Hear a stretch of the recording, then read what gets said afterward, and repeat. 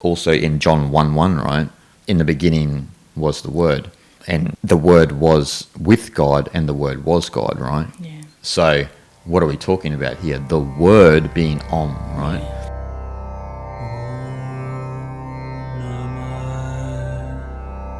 Yeah.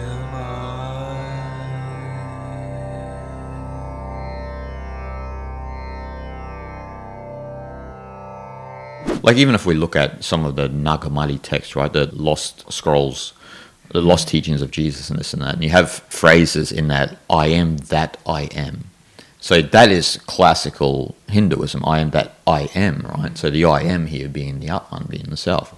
I am that I am doesn't make sense from a Christian perspective, unless you're saying I am is God, right? Also in John 1:1, right? In the beginning was the Word, and the Word was with God, and the Word was God, right? Yeah. So what are we talking about here? The Word being Om, right? Yeah. Swami Sri Yukteswar highlighted that, right? So the Word here being Om. So Amen, right? Amen, Om, there's a relationship there. And so you have these parallels. Yeah. Obviously, well, we don't know that in the Middle East they weren't chanting Om, or it became Amen or something like this, but there is that 18 hidden years of Christ where Some people speculate this he may enter India and Yeah. study those Eastern wisdom traditions. Yes. Well, there's speculation he was in Galilee and places like this, like just studying and stuff like that. Some Christians believe, but then there is a large portion of people who actually believe he was in South Asia. Not just India, he was in Nepal and also Tibet. And he was traveling with yogis and that through the Himalayas. There are some people, some scholars who believe that he went actually to South Asia to study the way of the Buddha, because Buddha had become such a massive figure within 500-600 years before the life of Jesus. If you believe Jesus was a historical figure, we know this through like the way that Buddhism had spread through Asia fairly quickly, right? Like there's that place in China where they went over the Himalayas, and there's in Xinjiang, right?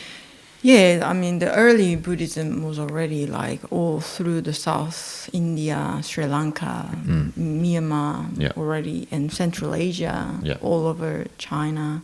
And then likely it went west as well. It was in Afghanistan and places like that. So they found recently that how old it is, like 1,000 years, that Buddhist statue down under, deep down in northern Afghanistan and things like that. Like, wow.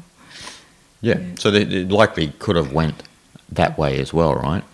Or the word got out through trade and stuff like that, that there was this great being in South Asia, India specifically, and that's why some scholars speculate that Jesus was influenced because he had a spiritual inclination, and so he wanted to follow that sort of path. And then that's why you do see some of this Buddhist influence within Christianity with compassion and forgiveness, and it's in its own form, obviously. Yeah.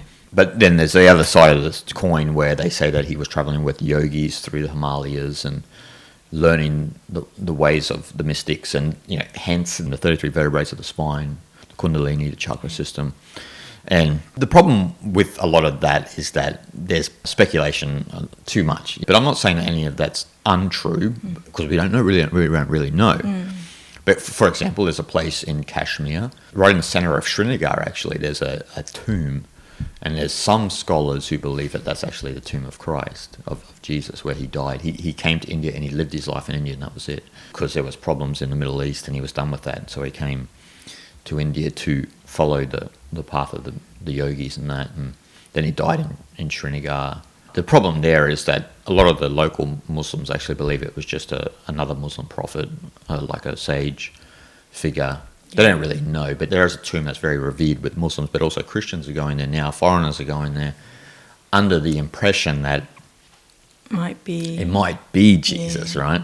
Because some scholars had mentioned it, and they make certain relationships. But then there's another manuscript that was a 3rd century manuscript that was found actually in the Hemis Monastery, famous Hemis Monastery in northern India, talking about, actually it's titled The Life of Saint Isa.